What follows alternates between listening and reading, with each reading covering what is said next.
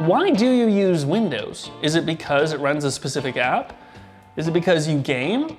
Is it because that's what's been installed in every single computer you've used for the last 35 years? Is it because you like it? I doubt that.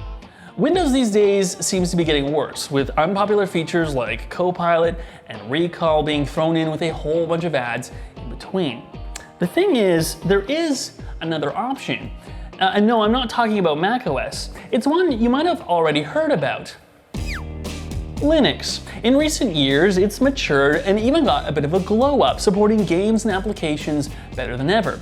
So perhaps we've all been sleeping on an option that might make computing fun again. I want to try it. You might not have realized it, but you've been paying for Windows all this time, and it can be up to $200 for a retail copy of the Pro version these days. And that's being hidden in the price of computers you've bought. This is because Microsoft imposed aggressive licensing agreements decades ago to make Windows become the de facto OS. But if you do want a refund on the copy of Windows that comes with your PC, that's fine. There's nothing preventing you from doing that. You just go and contact your PC manufacturer and they handle the process and policy for that return. If you had the option to save a minimum of between $50 to $150 on your next computer, would you opt for Linux? For the uninitiated, Linux is a family of free and open-sourced operating systems built off the Linux kernel.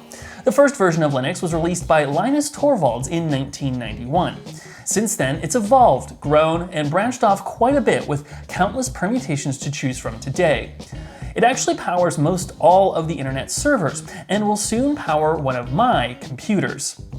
I'm actually quite excited about this journey, but knowing how little I know and how confusing Linux can be, I reached out to noted Linux user and former colleague of mine, Emily Young, to help me get started. Though a lifelong dabbler in Linux, she fully made the commitment last year, permanently replacing the Windows install on her desktop workstation. I just realized at one point that there was no reason I couldn't.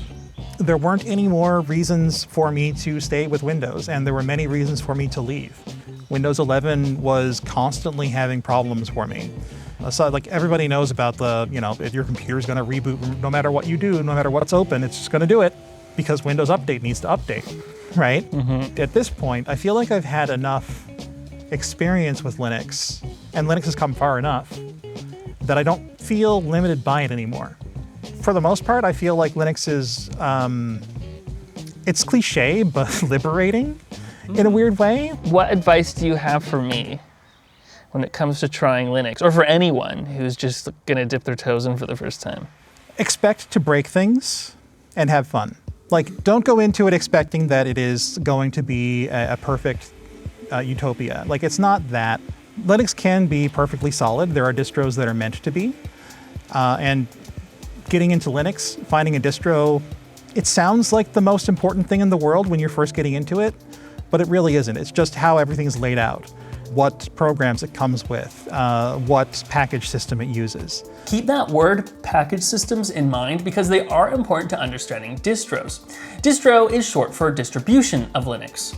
There are a lot, and it's definitely an overwhelming part of starting up. You can Google until you're blue in the face about the best ones and still come out confused, because there's so much conflicting information.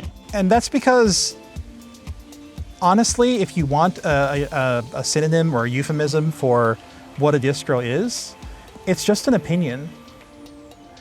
It's what somebody or some group of somebodies think is what they want out of their computer. The difference in terms of distros is that you do need to pay attention to what their lineage is. So there are distros based off of Debian, which is one of the older, I guess, flavors of Linux that kind of survived to modern times. Mm-hmm. And as a result, a lot of people have used Debian as a base for another distro, including Ubuntu. And now Ubuntu is the base for other distros. So it kind of keeps snowballing like that.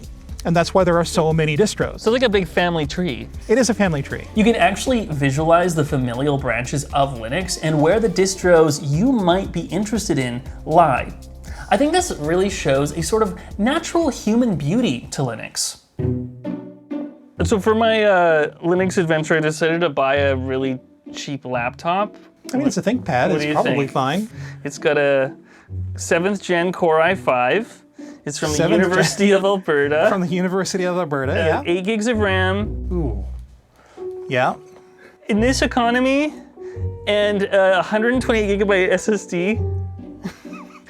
But it was 180 Canadian dollars. I was very intentional in picking this specific laptop from 2018. It comes with a handy Thunderbolt port and even a fingerprint reader.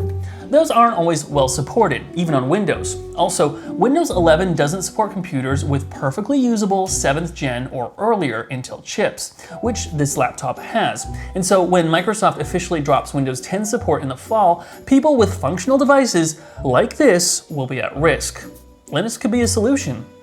Okay, so I gotta admit, the distro that I'm most interested in, based off this opinion, is Elementary OS, because I think it looks the best. Okay. That's an opinion. Oh yeah? I'm not gonna tell you that Elementary OS is a bad OS. Okay. I think it's based off of Ubuntu, but Yeah. it is, I'm pretty sure, very, very modified. But the icons look so good. The icons look so good. You can change the icons on any distro. Really? Any distro. Oh, okay. Well, here I go. But before I do, let me just pause and show you this tool. It's called WhisperFlow, and they're sponsoring this video. It's an advanced voice-to-text tool that allows you to type at the speed of talking. One of the really amazing things about WhisperFlow is that it knows how to correct your errors, no, mistakes, as you speak them. So you can really just talk and it'll really just type what you actually mean. Just in my brief time using it, I'm realizing that I have to relearn my trust and even the way I think about voice to text.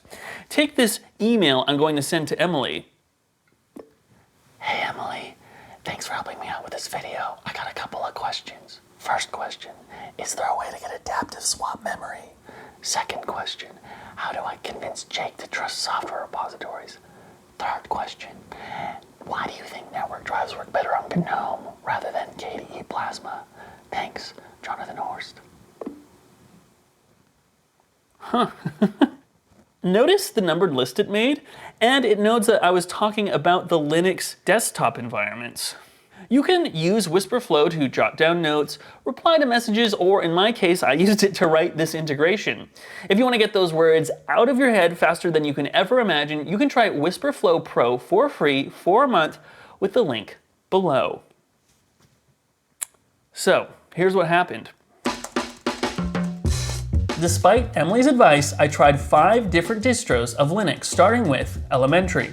With every one, I tried to set them up to a basic level with email and calendar syncing and access to media files on my NAS. Elementary didn't do so well. I love the way it looks, arguably the most beautiful UI available in any operating system today, but it crashed more than I had hoped. Yeah, that's unfortunately kind of not not unexpected. Not that it was like crashy or anything, but that it was like something that wouldn't last. After trying Mint, Ubuntu, and Fedora KDE Plasma, I settled on Fedora Workstation. If you're wondering why I tried Fedora twice, it's because there are 2 major desktop environments for Linux, KDE Plasma and GNOME.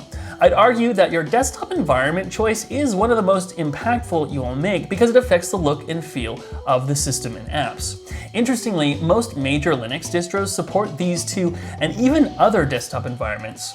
KDE Plasma is definitely the more traditional old-school desktop UI looking option, while GNOME is more innovative with better gestures and different organizational models for Windows and apps. I actually like GNOME, which is why I ended up with Fedora Workstation. After a month of using it on this ThinkPad, I have to say I really do like it. It runs quite efficiently and the memory management seems to be the best of the distros I tried. That's not to say it's perfect. This is an old laptop and it's showing its age. Many people have computers with only 8 gigabytes of memory, but a website full of ads and tracking can bring a laptop like this to its needs. Who's Katie Price? What I've learned is that you must click Force Quit if an application crashes. I'll admit that doesn't sound great, but what I love most is that there's something refreshing about using an operating system that isn't tied to the business interests of a monopolist. There are no pop-ups and welcome screens pushing cloud and AI subscription upsells down my throat. The settings just has settings, and the app repositories are not meant to generate undue profits. They are genuinely there to make installing apps easier. There is an element of trust when it comes to installing apps on Linux. Who is managing things? From what I can tell, most of the mainstream distros are managed by maintainers who vet the application packages before placing them in their repository.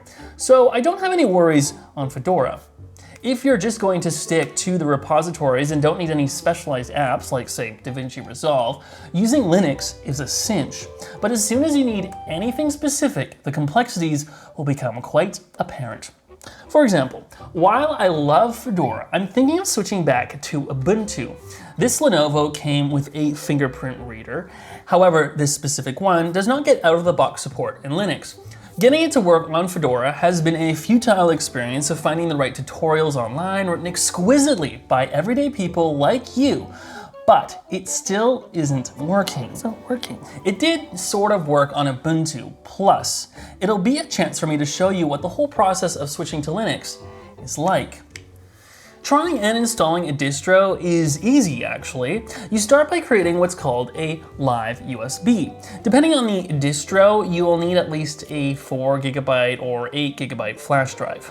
Most distros do provide directions to set one up, but the easiest is to just install an app called Balena Etcher onto your PC, and then you can just paste the link to the Linux ISO download you want, and it'll create the USB drive. Also, it'll delete everything off the flash drive, so make sure it's backed up. What you've created is a live USB, and now you'll have to boot into it.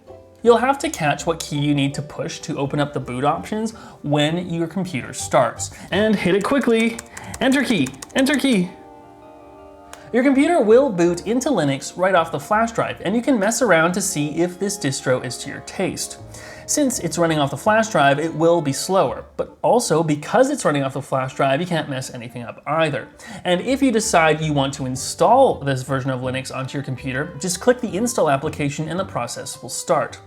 It is possible to dual boot Windows and Linux if you are so inclined. It is a process, so you'll want to find a tutorial online. But the rule of thumb is that you will want to make sure that you install Windows first. Now, as a video creator, if I'm going to take Linux seriously, I need editing software. Remarkably, Blackmagic's DaVinci Resolve does in fact support Linux, but it's not in the repository, so installing it is not straightforward. So let me show you how complicated things can get. The first thing you do when you want to install something out of the repository is you just Google install DaVinci Resolve and then your version of Linux, Ubuntu.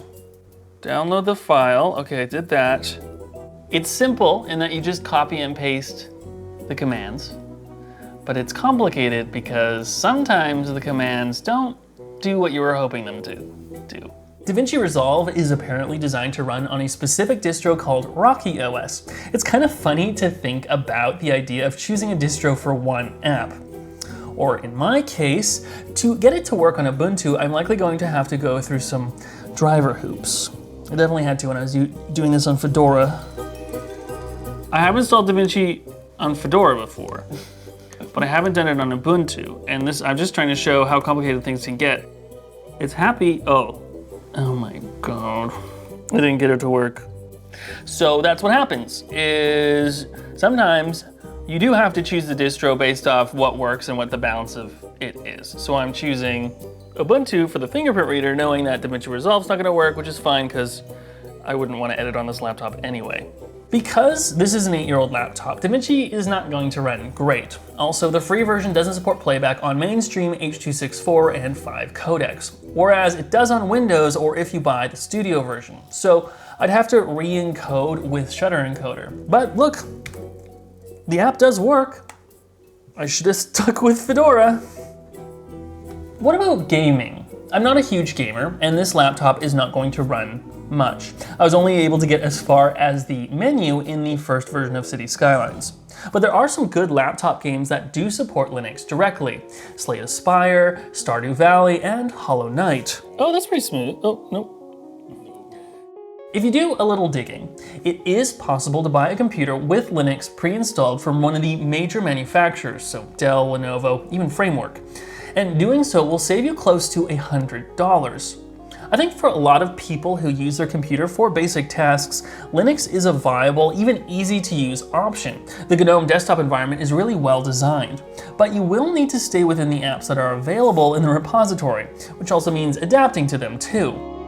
I think if you're a tech enthusiast, you should also try Linux. Tinkering and learning new things is what makes computing fun. Wait, what's all those? What are those options? And Linux really calls for that.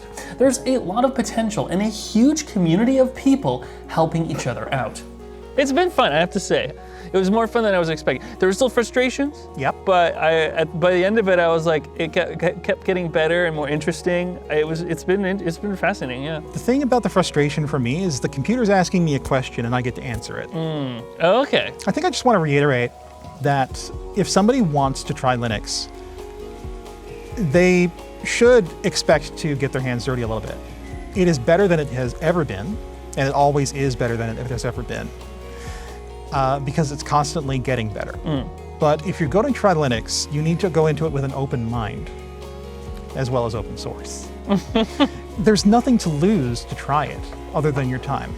I mean, how much time did you spend learning to use a Mac? Or how much time did you spend learning to use Windows? And how much of that are you willing to take as a sunk cost fallacy just so that you don't have to learn to do something else? You know? You can have fun doing it. It's fun. Thanks for joining me and thinking a little different about Linux. I am surprised how much I do like Linux, but I'm still gonna go back to my MacBook. But I do want to try Linux on better hardware, like maybe the new Framework or something, if we ever get one sent over this way. If you do want to support the channel directly, we do still have a Patreon below. Thanks to all of you who are contributing.